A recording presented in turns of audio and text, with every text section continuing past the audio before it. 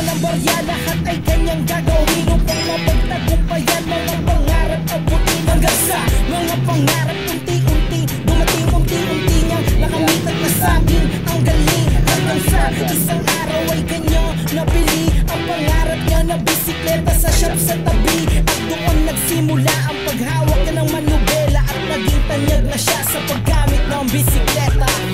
Kami ay simpleng tao lang na nangarap na maging tanyag sa larangang aming minahal.